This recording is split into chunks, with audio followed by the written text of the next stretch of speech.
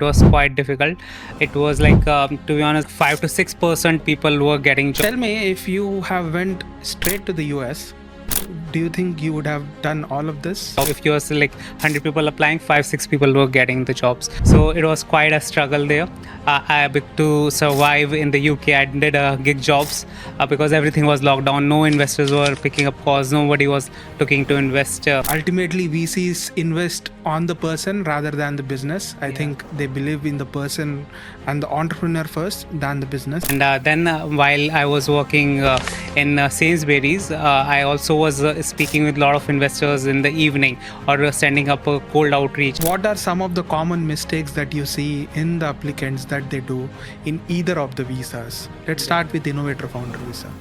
So few investors were responding, but eventually one institutional investor was quite keen in this idea, where they invested £2 million over the period of time into the business.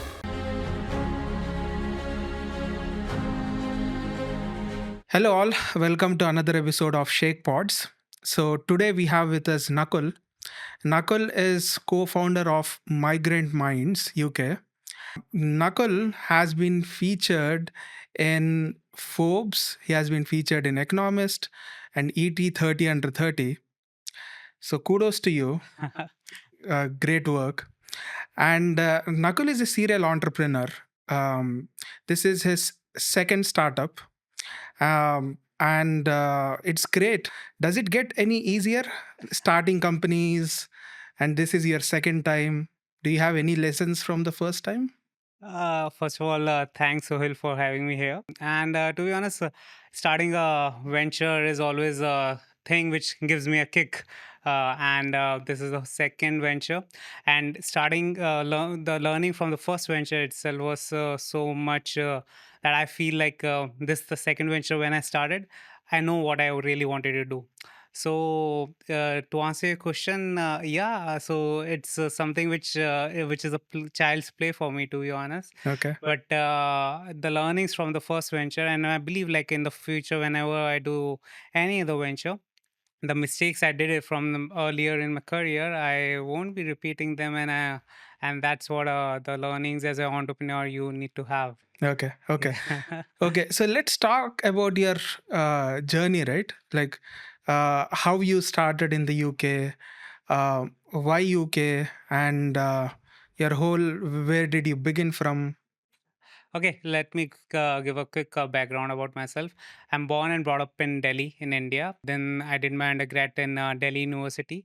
After that, I worked with PricewaterhouseCoopers, PwC in risk consulting. I was working on license management, contract compliance, and working with a lot of IT service companies that time. So yeah, like I don't name the clients for now, but okay. So after PwC, I worked there for about 2 years, and I wanted to do my higher studies.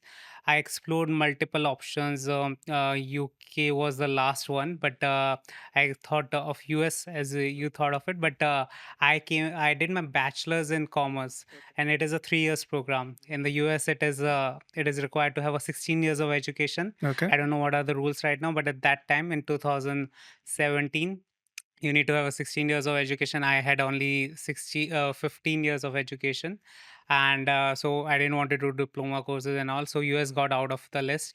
Then Canada, Australia, and Ireland were another countries I explored. I got admissions in different universities across these countries. I even paid a deposit in Ireland. I was going to UCD, University College Dublin. But meanwhile, I already applied for only one college in the UK, which was kind of a dream college for me when started applying. So that was the first college I applied, the university I applied. That was a London School of Economics, LSE. And after that, I didn't apply to any other university because I didn't want to go to UK because there was no post-study work visa Right. then. So I chose to go to.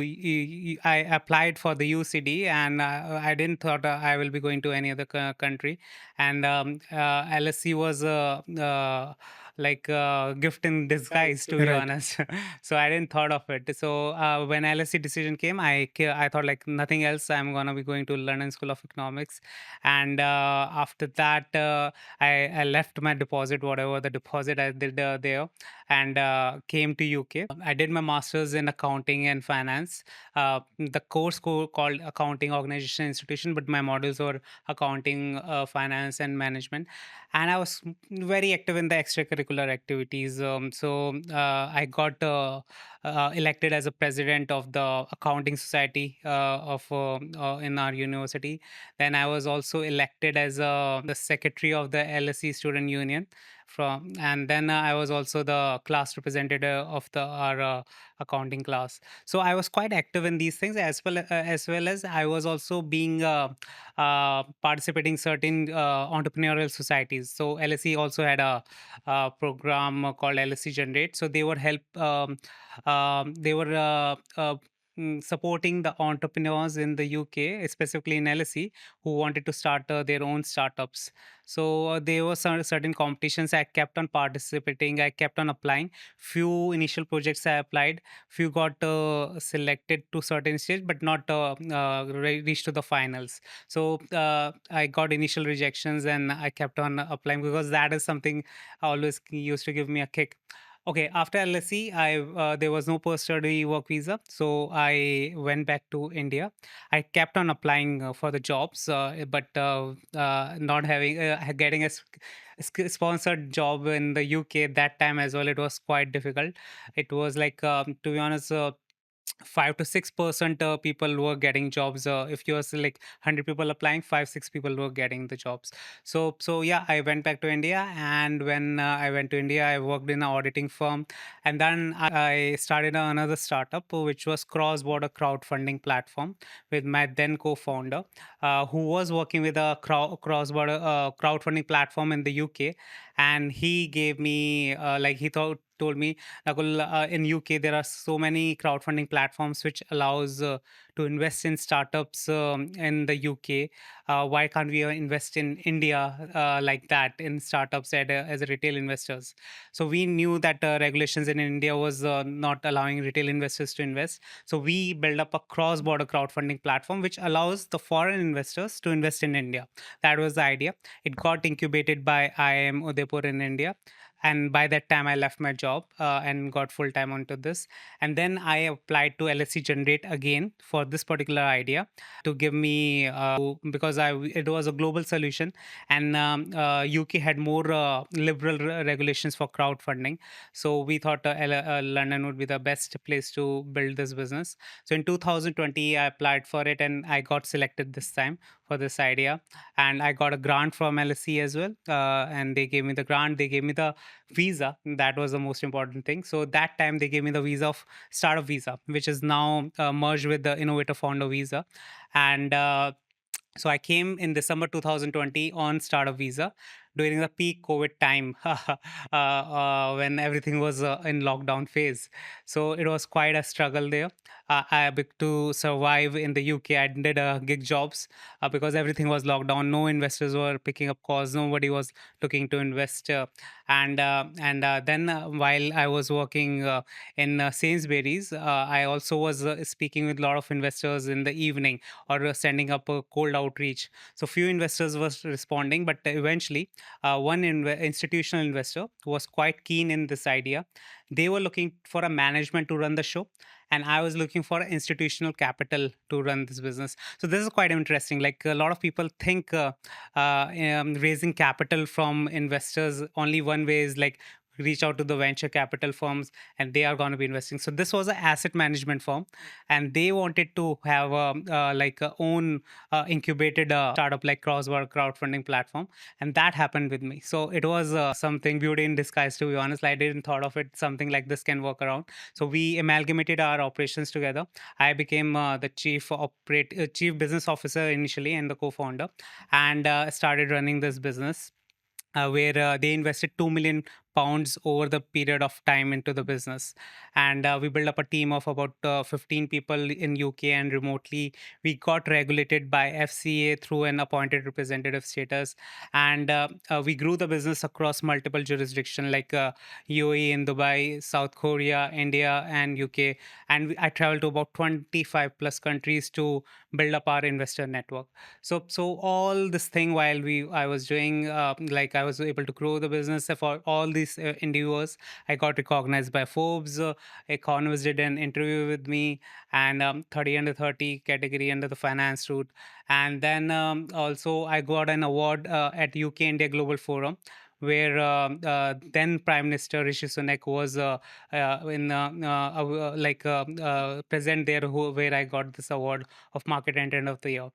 So that was a journey, all of it, which I did. I got recognized for it, but then later on, once I got these recognition, I used them as a collateral for my global talent endorsement application, for which I got a global talent visa later on. So when I was building up this startup, so the startup visa used to have only 2 years time period, which was valid, and after that you have to switch. So I had only two options in 2020. Like in 2021, I this investor amalgamation happened. So that time I had two options: either to go on the skilled worker visa of on the investors sponsorship license, or apply for global talent. I was too early for global talent, so I didn't apply for global talent that time, and I went to skilled worker visa. But down the line, when I build up such a repute, or perhaps I grew the business, I was quite confident I can apply for it. And because this gives a lot of liberty, a lot of freedom on when you are on a global talent visa as an immigrant. You yourself are on global talent visa. You understand, realize it. You have the freedom to work on multiple projects, multiple businesses, no restrictions. That is the kind of a liberty I always wanted to have. And then, yeah, once I had this, I switched to it. And the back of the mind also, there's always an anxiety. What if the startup doesn't grow? What if investor didn't invest further in the business? So I had to pack my bag and go back to home country. So I didn't want it to be in that situation. So yeah, in 2024, I applied to get a global talent visa. And then because I was already working with a lot of immigrant founders and immigrant professionals, I then started working on building up Migrant Minds later on. Got it. Yeah. Got it. Very interesting journey, right? So tell me, if you have went straight to the US, do you think you would have done all of this? Yeah, I think I thought, I mean, looking at your journey and everything, right? So I think since there were no ways for getting a sponsored job or PSW, etc., you found ways of getting yourself or making yourself better. I think that entrepreneurship insect is always there in you, but then like finding ways to uh, do things which are very different and which has fetched you a lot of visas and a lot of recognition. I think that's what you have done, yeah, which is great, right? yeah, So let's also double click on your LSE journey, right? yeah. Do you think because you have studied in LSE, you have got that brand advantage that has pushed you or made you visible with Yeah. all the investors and everything? Has Yeah. it been easier because of that? Yeah. So let me first answer the question related to US. I think, and then I will come to this LSE thing. So if I would have gone to US, I think US is the most startup friendly country. You've been to US yourself, so I believe the problems there as an immigrant is the same. You don't have freedom to work like that, but there are also some similar rules like O1 visa, EB1A visa there, but it's still not easy. So I think I might be coming back to the India and perhaps going back to US. I don't. You never know. I don't know but US don't have a startup visa like what I have. I got an opportunity to come to UK on a startup visa, so probably might not be able to that too much success I would have. Some other destiny would be there for me if I would have gone to US. But yeah, coming back to LSE, certainly LSE brand was one of the most important thing which helped me out in a lot of things. I tell you, like from the day one, like when I go back to my went back to my home country in India, the job I got, I got just because of the name of LSE from the accounting firm, auditing firm which I worked with. Then when I raised this institutional capital, or the amalgamation happened, these guys build up a trust on me because LSE already backed me out. They already gave me the grant, they gave me the visa. So that thing changed a lot, build up a lot of confidence in my investors who were backing me out because of the LSE endorsement which I had. They thought, okay, this guy has already been backed. So a lot of confidence they had. Similarly, like down the line, even interacting with the investors, clients, they know the university. Maybe they don't even ask like what kind of a course I did. Nobody's interested in there. But any popular name, you worked with Apple. Yeah. So that is certainly click for people, like if it is a recognized name coming in their mind. So yeah, it really helped, to Yeah, be I think honest. generally VCs love brands and people who have that brand tags. I think they really like, because ultimately VCs invest on the person rather than the business. I Yeah. think they believe in the person and the entrepreneur first than the business. So Yeah. I think having that brand is important when you are. Yeah, just one thoughts on this. Like having a brand really helps you out, but still the hard work Yeah, and yeah, the sure. smart work which is required, whether you have a brand or not, that will make you Yeah, bring that's true. success That's for true. in your But I life. think But more doors will kind of yeah, open up yeah, if you have a brand. the But there is conversation. no substitution for hard work and Yeah, smart. the conversation becomes easier when you speak with your stakeholder if they know the brand you are coming from. Right, right. Okay. So the industry you are in, right? It's on visas and immigration. So I think a lot of countries have been a bit negative towards immigration, and you are clearly bullish on immigration and you are running a business on it. So what do you think? Do you think that will impact? Yeah. So first of all, a disclaimer: I am not an immigration advisor or a solicitor in the UK.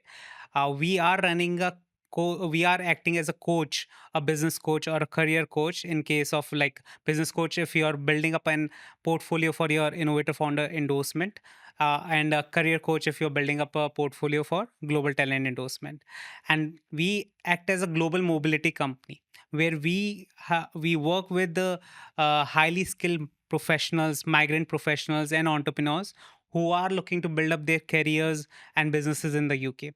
We just help them out to streamline what are the what kind of a portfolio have a higher success rate. So we help them prepare for the portfolios. So now coming to back to your question, the countries are being skeptical about immigration nowadays, but we are bullish. Why we are bullish? So see, like in UK, US, or in all the other Western countries, the kind of immigration or the visa restrictions are being put on are the skilled migrant routes, which is like a skilled worker visa in the UK, H1B visa in the US. So they are the corporate routes where the corporate hirings were happening. But what we are bullish on is the highly skilled migrant professionals, highly skilled entrepreneurs who are actually going to be contributing to the UK economy and the other Western economies. So these kind of a migrants, or these kind of a skill sets, the UK government is actually promoting, and they need these kind of a skill sets. The UK government has launched a global talent fund, which is of 56 billion pounds, and they are asking a lot of researchers, scientists to relocate to UK and build up their careers. So we are bullish on the, as I said, highly skilled talent and migrant professionals. Not we all know that the normal routes, which is skilled worker visa, are a lot of restrictions are there.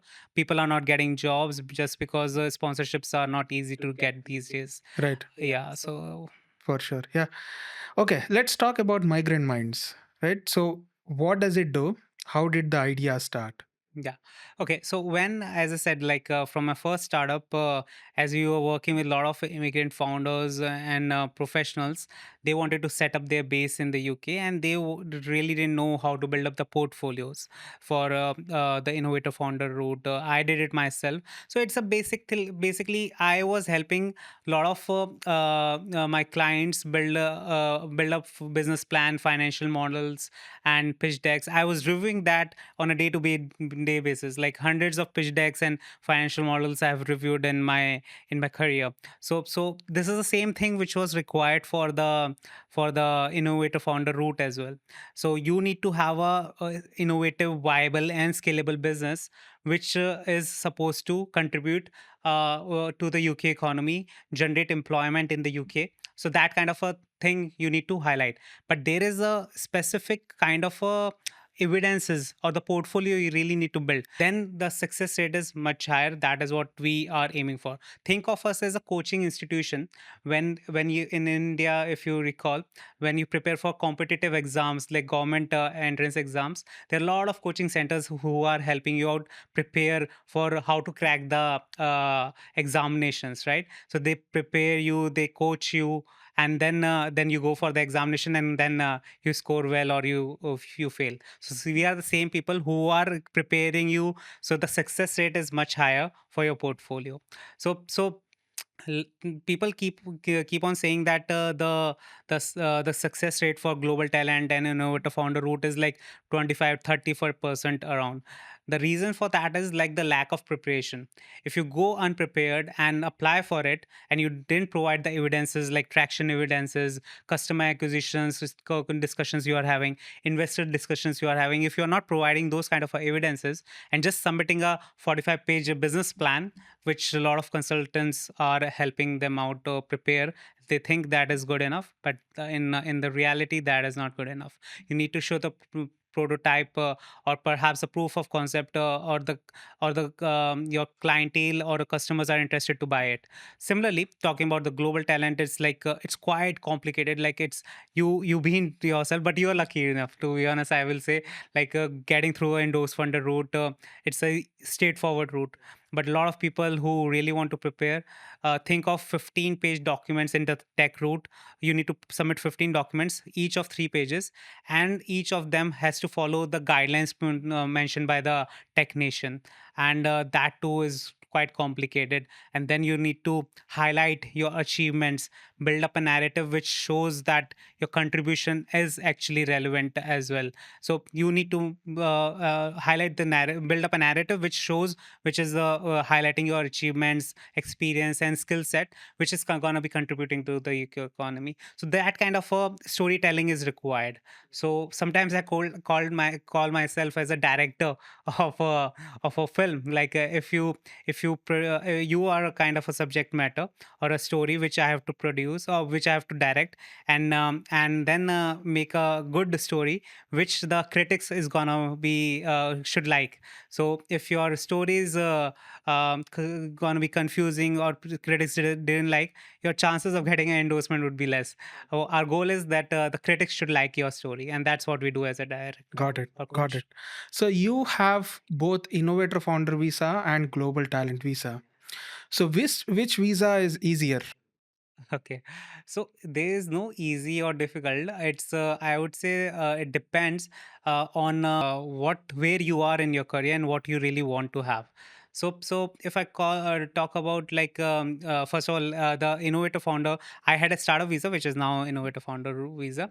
So if you are early in your career, let's say if you just completed your masters and you are currently on PSW, and you really want to start up your entrepreneurial journey in the UK. Perhaps you're not getting a skilled job in the UK, and you have you have a thing for entrepreneurship, that you want to start your business in the UK. Then innovator founder visa is the right one for you. But if you are already on have 3 to 5 years of minimum experience working in a product based company or IT service company which is working with digital product clients, and you are kind of a principal consultant there, and you perhaps being a tech entrepreneur, who has some traction, which is at a growth stage, then global talent visa would be right one for you. So that's how I think I would put it. Okay, so how long would realistically to build the portfolios for endorsement for both of the visas? How long does for an average person take? When I say average, think of the person as who has just completed masters. Maybe they have 1 or 2 years of experience back home. Mhm. So, for the global talent visa, if you are preparing your portfolio, so the most important thing is the market recognition. If you have already have a market recognition. Okay, can you double click on market Okay. recognition? So market recognition is like your personal brand. Like the market or the industry knows you for one particular thing, and that thing is where your niche is. So your experience and the skill set is being built in one particular industry, and that becomes your special knowledge. And that special knowledge for which you are being recognized, that is called market recognition. So it can be coming through being published in newspapers, magazine, speaking at the conferences, invited as a judge at some of the competitive competitions where you are the judging startups within your particular field. Then perhaps you wrote a white paper or research paper. So these kind of a thing shows that you are being recognized in your industry. So these kind of evidence you already have, then it is like gonna be taking 30 days to 45 days to prepare for it. But if you don't have all of it, you need to genuinely build it over the period of time. Think of this way: these kind of a market recognitions not only gonna be helping you out in your global talent as a collateral, but also it will be uplifting in your career. So if you already got a market recognition, let's say, as I said, when I was featured in Forbes and Economist did an interview, I also had a lot of job opportunities. I could have joined another private equity firm or the venture capital firm. But yeah, so that opens up the door as well. We have certain clients, once they got featured in certain publications, they were able to switch to a very high repute company, product based companies down the line based on those kind of recognition. And so the recruiter reach out to them on LinkedIn when you post about those kind of a things. So your goal should be uplifting your career or finding a new job, or investor having a better investor conversations. That should be the kind of a goal, and then use those as a collateral later down the line for the global talent. So to answer your question, if you have zero, you need to have minimum 9 months to 1 year time period to prepare for building up your portfolio. For Innovator Founder, it's totally different. You If you have an idea and you just need to get the traction, that traction is going to be taking time. Similarly, here the market recognition, here the traction, the documentations can be built in within a month time period, but the traction itself should be taking 3 months, 4 months time period for you to build it up for Okay, Innovator Founder route. okay, okay.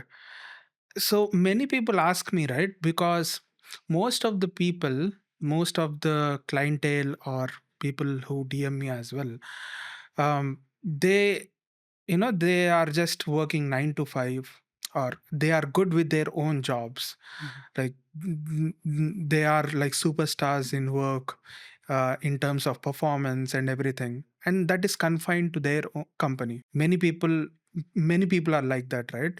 And they do not indulge in all extracurricular activities such as judging that we have talked about, or getting into newspapers, or etc etc.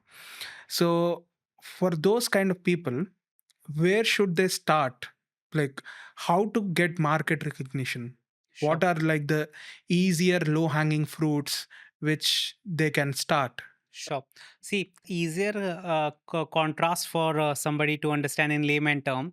You must have seen celebrities who are working in movies, and they used to get a lot of paparazzi when they walk on the streets to the airports, and perhaps a lot of people are talking gossips about them on the newspaper.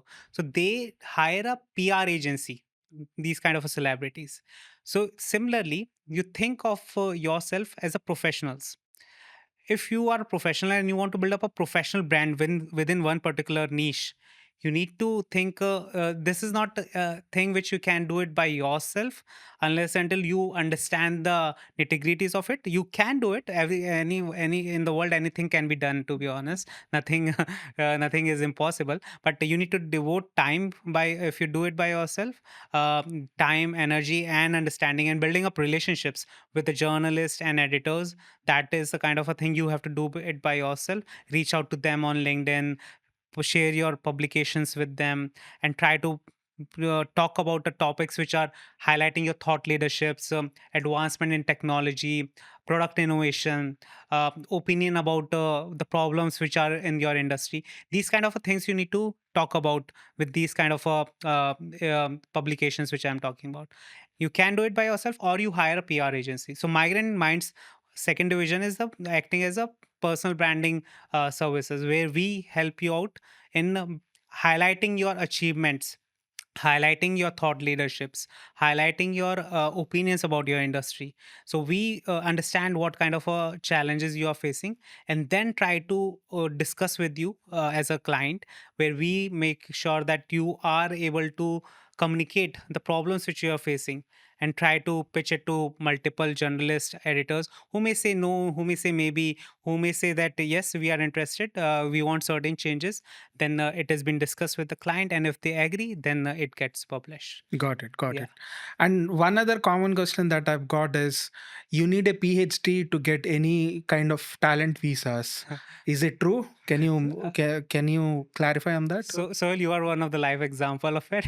So you also don't have PhD. I am also another example. I don't have a PhD. I am also not even directly coming from education of a tech background.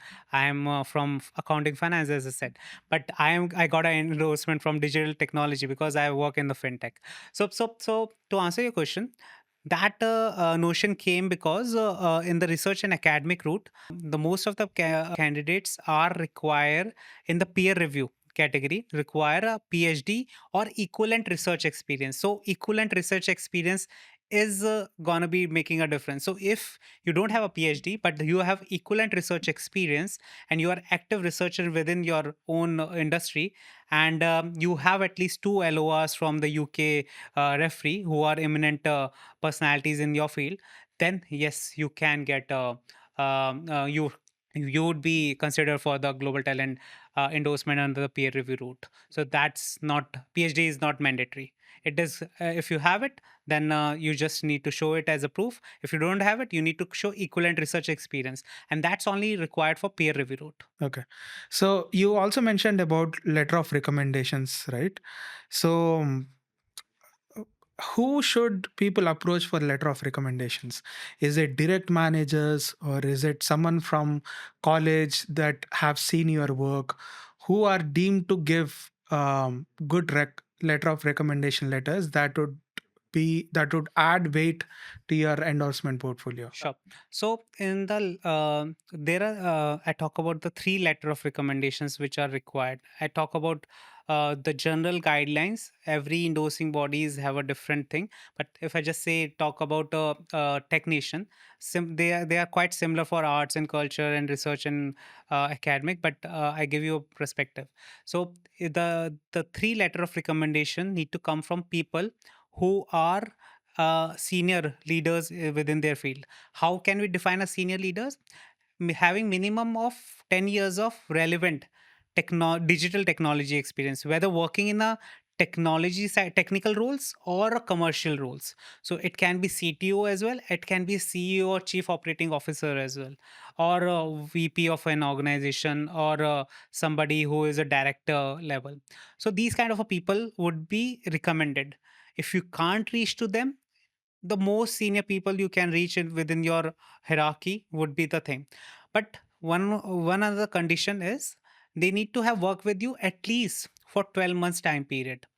So that means uh, you must have had a working relationship of 12 months time period. That can be directly within your organization, they can be your client as well, they can be at your institution, academic institution as well, and there can be chances where you have collaborated on certain open source projects where you guys work together, you met at a conferences and you started working together, but you must have worked for 12 months. And ideally, within last 5 years time period. It can be beyond that as well, but ideally within last 5 years time period. So that is the bare minimum requirements of these things.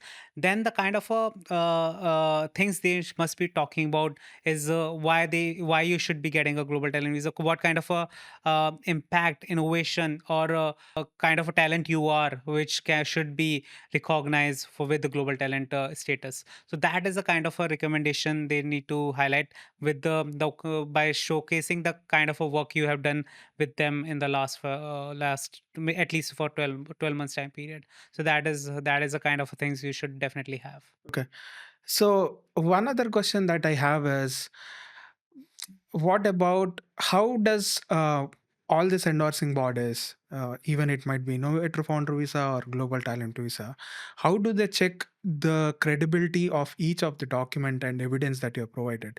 Like, for example, I think some people might get ideas of fabricating documents, etc., etc., etc. Hmm. So how serious offense it is, and what kind of repercussions will it have on your portfolio altogether? Correct. So, talking about the global talent route, first thing is like using AI as a tool to generate the answers, the whole document, which doesn't relate to your own experiences, is prohibited. Like the endorsing body doesn't allow it. They say if we find it, it's just AI, which they can definitely check it through a lot of AI tools out there in the market where they can check the score if it is AI generated or not. It's always doesn't give the right answer, but it gives a general perspective of how much is AI or not. So the common notion is that if you are generating vague information which doesn't relate to your direct experiences and presenting it through AI, that is not allowed. That should not be done. Your portfolio will become weak. Second thing, I mentioned about the LORs. If you randomly if you have worked with no one and these people are giving you the LORs and there is no working relationship, it is not genuine. It's kind of a way fake. You are faking it out, fabricated. So that is also not suggested. You should do it. If they caught you doing it, you would be in trouble. To be honest, and talking about the innovator founder route, there's not really anything which you can fake it out in this particular case, because all the documentations which you would be working on, that by the way, they suggest that you should take a consultant help. The endorsing body suggests, because if you are a techie and I ask you to create a financial model, can you do it? No, right? Like you can't. So you need to have a financial model and the business plan, which can take a consultant help from the market. So they suggest you to go to the consultants to build up the portfolio to, but there's nothing much you can fabricate in the innovator founder route. For global talent, as I say, avoid taking fake references where you guys have not worked together, and you using AI as a tools for generating vague information which doesn't relate to your direct experience. The key metrics are vague, so avoid those kind of things. That will be much better. Okay. Since we talked about like avoiding stuff, so what are some of the common mistakes that you see in the applicants that they do in either of the visas? Let's start with Innovator Founder visa. So, innovator founder visa, if you one of the most common mistakes people do is like having a very vague innovation thing. Like people sometimes try to apply through a consulting organization, running a IT service company. Coming out with just a very basic idea. So innovation, let me try to explain what can be the innovation can be break down in three particular categories: technical innovation, business model innovation, workflow innovation. Technical innovation can be two level. A, which is IP generating, where you have generated something very technical, which is IP, which led to an IP creation, which is like patents. Second can be deep tech kind of a solutions, so where you are building up deep tech solutions. That can be technical innovation.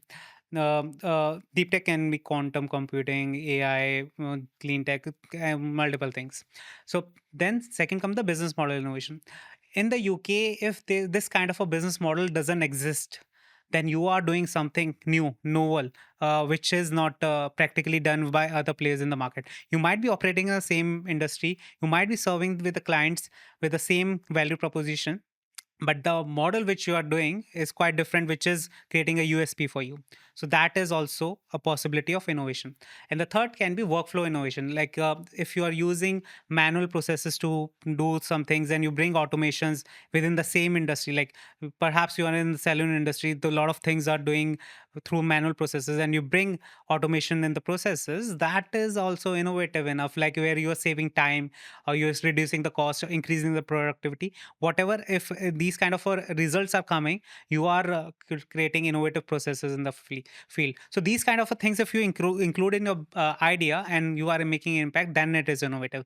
The other way is like having the mismatch of the financial documentation. So your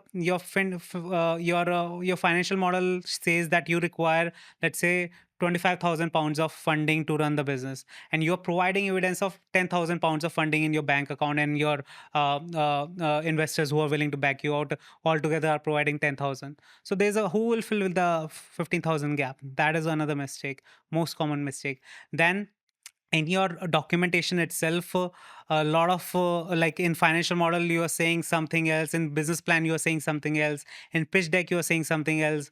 It's nothing relating out altogether. And then the co-founders complementing skills should be there. If you have all the skill sets, that's amazing, that's great. But if you lack some skills and if you are a, let's say, non-tech guy and you are building up a tech solution, you need to have a co-founder who can complement. They might not need a endorsement or visa for running this business. They might be willing to work from their home country or within the UK if they are settled already. So that is all possible, but you need to have a co-founder. So these are the common mistakes in Innovator Founder rule. Talking about the global talent, as I say, avoid the AI tools. The second thing, because a lot of people think nowadays AI is there, let's create it documents using that. But you can do a paraphrasings and all of it, that is still acceptable. But creating a vague information with the fabricated key metrics, that's not acceptable. Second thing is your evidence mismatch, like where let's say you are providing too many evidences for mandatory criteria and very few evidences for optional criteria. So you need to be selected in all the three criterias. So there are two optional criterias and one mandatory criteria.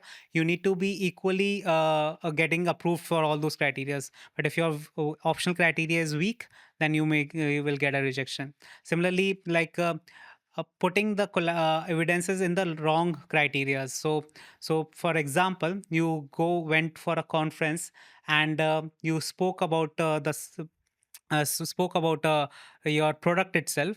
So and put this as a evidence in the volunteer work criteria, which is OC2, and you show it as a speaker engagement. But the product which you were talking about was related to your company. It had to be put in the mandatory criteria, not in the OC2 criteria. It will get rejected. So I tell you, in my case, what happened. By the way, when I applied for my application, I had what kind of feedback I got. I had a very strong mandatory criteria because I first thought I got a recognition from Forbes, from Economist did my interview.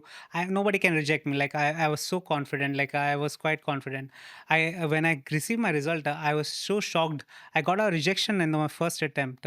No, they said I had a very strong mandatory criteria. I had a very strong impact, the OC3 criteria, but my innovation criteria was weak. They said we couldn't find the much evidences in the innovation criteria. I was like, what? I submitted so many evidences for innovation criteria. But what was that? Like, I appealed. What was that? I put the innovation documentation in mandatory criteria, in LORs, and then in the innovation documentations as well. It was there, but it was not highlighted enough. So I appealed, I highlighted all those things, and then I got accepted for the global talent endorsements. So that's the few of the reasons you should make sure you are not doing those mistakes. And once you get rejected, so is there any number of times that you can apply? Is there any limit to that? Yeah, there's no limit, unlimited time. People apply two, three times, four times. There's no limit. And if you get rejected one time, do you get that endorsement fees back, or No, that's no, gone? no, no, no. You only so far you don't need to apply for the stage two unless Yeah, and yeah, until you yeah. don't have the endorsement. But you don't get an endorsement fee back. But you can appeal in the same endorsement fee without any extra charges. But you cannot apply for. You cannot get a refund for Okay, endorsement. okay. Yeah. So Same for Innovator and Global Talent. so how does appealing work, right? So for example, if someone has gotten rejected, how do we always have to appeal, or should we kind of add more evidences and then make a new application? So appeal can work only if you have put a good enough evidences, but the assessor is not able to identify the information for which they rejected. So, as in my case, it was because don't want to talk about my clients' cases, but I will only talk about my. If I lack an information in the documentation pack and try to say I have it, I will submit next time. So they say, okay, submit next time. It's this time it's gonna get rejected. The information you have already submitted, and if you are able to prove the reason they are saying no to you, and if you say that I have already those information within the portfolio I have submitted and highlight that in the appeal, then it is possible to get a success. But if you have not if as per the assessor, if they say that you don't have this much of evidence or your evidence is not good enough, then you cannot appeal. You will not get a success in the appeal. You need to reapply with the new set of evidences, or you can use the similar evidences where whichever is strong, and try to work on building up more strong portfolio down the line, which then you can apply second time as well. Okay. So there is one more thing that I wanted to ask about Innovator Founder visa, right? Mhm. So do you see any recent patterns or industries that or businesses that are getting more endorsed in Innovator Founder visas? Do you see any kind of pattern? Yeah. So I spoke with a few of the endorsing bodies, and they told us that nowadays they are putting more focus and emphasize more on viability criteria than innovation criteria. What it means, previously, few years back, or at least 1 year back, they were asked to focus more on innovative criteria, and a lot of companies which were innovative, like innovative in the sense deep tech companies which or ip generating companies, were given endorsement. But what they realized later on, once these kind of companies were working on their startup ideas, they were struggling a lot in the uk. They're not able to generate revenue, they are not able to raise capital. Just being innovative is looking good in paper, it looks good on paper, but practically if it is not able to create impact, it is going nowhere. If it is not able to create revenue, if it is not able to raise funding, it will not generate revenue, employment in the UK. What's the point of it? So they changed the strategies recently. It's not in open market. It's just discussions which we had. It's not practically said anywhere. What they say is like viability is more important nowadays. So kind of attractions you already have. If you have revenues in your company, that's good. If you have some kind of financial commitments for within your business, that you will be getting funding down the line, or you're putting your bootstrap capital as well in the business, these kind of things are more important than innovation as a thing at first place. So if you are well prepared with your business, and it need to be still innovative, viable, scalable, and if you are well prepared with the financial metrics of your things, then you would have a good chance. Or I can't say good chance, but you are well prepared, to be honest. Got it. So which kind of clients make your job easier? Let me paraphrase it, right? Like which kind of clients get endorsed, or what kind of clients get endorsed successfully for both of these visas? So I still need to think how to answer this. Or so, what kind of a clients? Okay, let's talk about the innovator first. So, as I said, the preparedness, how well prepared you are, is the most important thing. So, people are we what we have seen in our past, people who are already an entrepreneurial mindset, they are able to understand the niche or the kind of coaching we provide to them quite quickly. They understand the nitty gritties of what we are saying. We make them understand. As a coach, what we do is make sure they understand the financial model themselves, because ultimately they have to own it. It's their own baby, and they need to understand what is the tam sam som of the business, what is the LTV CAC of the business, how much value your business is creating. These are technical terms in the venture capital space, but these guys are not aware of it, so we teach them. So from our side, how good they are in grasping the knowledge, that is the most important thing.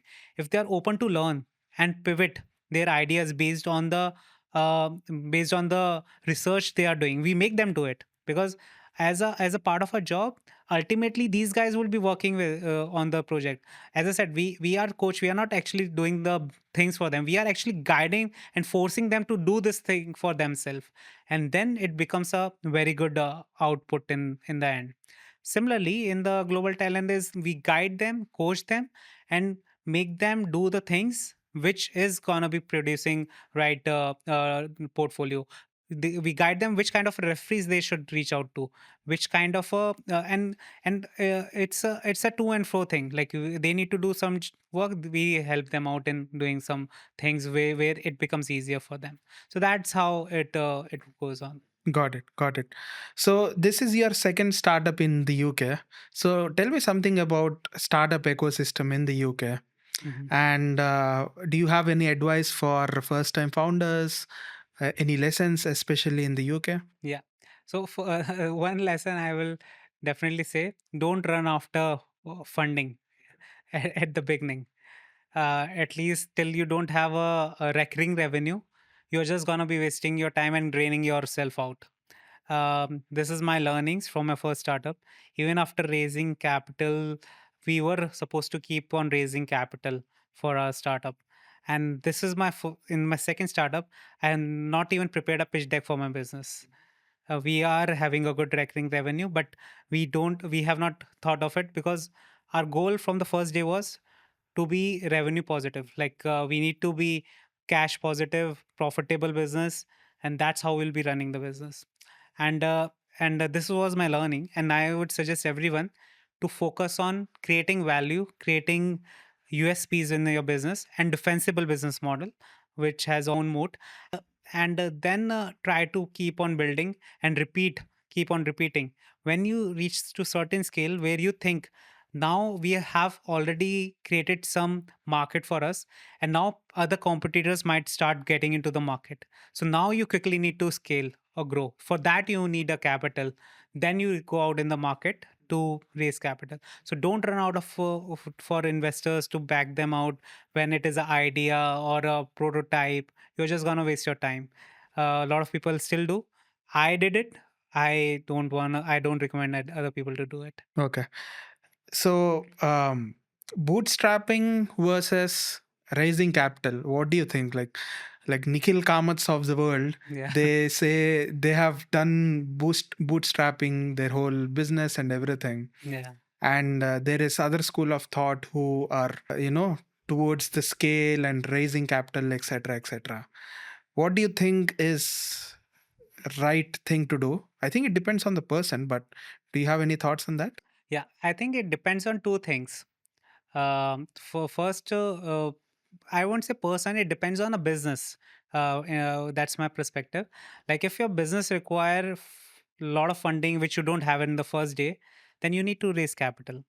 Like if say you are trying to set up a data center, which has some different level of compute, which you have an idea of a skill set to execute, but you don't have money to do it, then you need capital. But if you have the skill set and your business doesn't require that initial chunk of capital, and you can, I used to put it this way: for getting your first sales, if you have the money, you need to have the money for your first sale for your business. So by having running a prototype, then MVP, and then marketing your product and getting your first sale, so this much of money you definitely need to have. by yourself. If you don't have it, then you need to go out in the market to raise. That's one school of thought. And secondly, I believe I enjoy right now more running a bootstrap capital. When you raise capital from the market, it becomes a corporate job. To be honest, right now I feel I'm a real entrepreneur. I was feeling entrepreneurial that time as well, but it was more of a corporate job. I had a mindset because I have a stakeholders who I have to report. I still have to report to my co-founder here for my our work, but I still feel like I own it. If I don't do it, then nobody is doing it, and I prefer right now. I'm enjoying bootstrap journey right now. Yeah, And you also mentioned about moat, right? In this AI world, where especially since I am from tech background, I know tech products pretty well. I've created few and seen a lot of businesses, right? With all this tech giants like AI giants like Claude, Gemini, Anthropic, OpenAI, etc., they can launch a next version with a new feature, and it kind of dissolves the startups mm, which maybe are running on a wrapper or which have very thin moat. yeah. And when AI is increasing a lot, and its capacity is increasing, how do you create moat? So I also thought of it initially, and while we were working on Migrant Minds, I was also trying on certain other ideas, and I used to follow certain expert who are in the SaaS space, software as a service. So there are two kind of a softwares. So SaaS, horizontal SaaS and vertical SaaS. And specific AI is going to disrupt only the digital technology world. So right now, at least in the next 1 decade, what I see, not the physical where you need to the not the physical assets at least. So it is right now, for what I understand, if you are in the horizontal SaaS space, which is like you build up a tool, like let's say Dropbox or Stripe kind of a tools, which can fit into multiple industries. And if it is an unregulated thing, the AI will definitely start taking up those kind of tools. You remember a few years back, there was a photo creation apps on platforms where you can create AI photos and pay for it, like 1.5 years back. So people were paying for it. Now it is gone. Like you can free of cost go on Chat GPT and Gemini. You can create it. So if you are in the horizontal space, that will be slowly AI will come there and take it up, because they are able to see the market is there, and it is very easy to horizontally scale up the build up a solution within the space, and horizontally the community will adopt it. But if you are in a vertical space, what it means, if you are in working in one particular industry, I keep on giving an example of saloon industry or beauty industry. Like if you are perhaps building up solutions for one particular industry, where you can fix one particular solution. For example, you are actually building up. You are offering a portal specifically for barbers, where a lot of bookings can happen. Then you start upselling with certain other cosmetic products within the same line of service. Then you do upselling later on with other kind of services with to the same users. So your users are same, but your industry is same. Another example I can give, like what we have seen in our industry, when somebody gets success with their endorsement, they have built up a eternal trust with us. Whatever we say, they listen to us quite carefully. Down the line, if we offer to them like personal finance kind of a services, where we are helping them judge the right insurance, the right financial investments they can do, once we have the regulated permissions, they would trust us what we think. So if you are operating in one particular niche, that becomes the moat. And AI will not come in one particular niche, because there's a lot of things to do to cater to one particular niche. And if you are adding services to it, AI with the services, AI native services, that is something. If you require like if you require regulatory permissions, like if you are an accountant, if you are a FC regulated person, or a medical practitioner, AI cannot actually practically do those things because you need to be regulated in those industry, and then you use AI to speed up your things. So that is how I look into the Right, things. right. Okay. So, what's next for Migrant Minds? Okay, so I already said a few things, so but let me put up this thing. We are still focusing right now on global talent endorsements and innovator founder endorsement preparations for the portfolio. So we help prepare our clients prepare portfolio for these endorsements pathway. Then basically right now most of our clients are within UK market. um, Slowly we are also going to be doing outside of UK, where the global talent, like within UAE, like in UAE, a lot of migrant communities there. Not only UAE, the Gulf region, I would say, GCC. They don't get a settlement in those countries, and they have a lot of talent. They have a lot of what we say, disposable income, and they are looking to settle outside. So then we are going to be targeting them and providing the endorsement services, like how they can prepare their portfolio for these pathways. So we'd be targeting them. And then down the line, we are also thinking of US EB1A and O1A visa preparations, like how they people can prepare. So we'll be partnering up with some solicitors out there who would need certain tools. So we provide tools for solicitors and immigration advisors. We are still working on it. We have not rolled out, but it would be out soon. So yeah. So Got it. that's Got something it. there. Yeah. So, we'll end the video with a quick rapid fire round, Yeah. right? Uh, are you ready? Yeah. Yeah. Sure. Sure. Go Sure. on. So, the answer should be either in one word or one line. Okay. I'm pretty sure you know the rules of rapid fire. Yeah. Yeah. Yeah. Okay. One word for Migrant Minds: Global mobility, consulting or entrepreneurship, entrepreneurship, solo founder or co founder. co-founder, Which is the best visa in the UK? global talent visa. Global Talent Visa or Innovator Founder Visa? Which is best for a technical founder? So if you are early stage in your career, then go for innovator founder route as a early stage for startup founder. If you already have some traction or growth, go for global talent. Got it. Most important piece of evidence in Global Talent or Innovator Founder application. Innovator founder traction, and in global talent, I would say the market recognition. Biggest mistake first time applicants make. Like in as I said, using AI tools for creating portfolio documentations for global talent, and business plan for innovator founder. People think you don't need any financial evidences for your business plan. Practically, you don't need, but at least you need to have some kind of intent down the line. People are looking to back your startup. So as I said, for first sale, you need to have certain money to make your first sale. Got it. One word for UK startup ecosystem. Liberal. Okay. Which AI tool do you use the most? Ah, Marpelism I use, but Claude is the one which everybody is using as well. Okay. Best book every founder should read.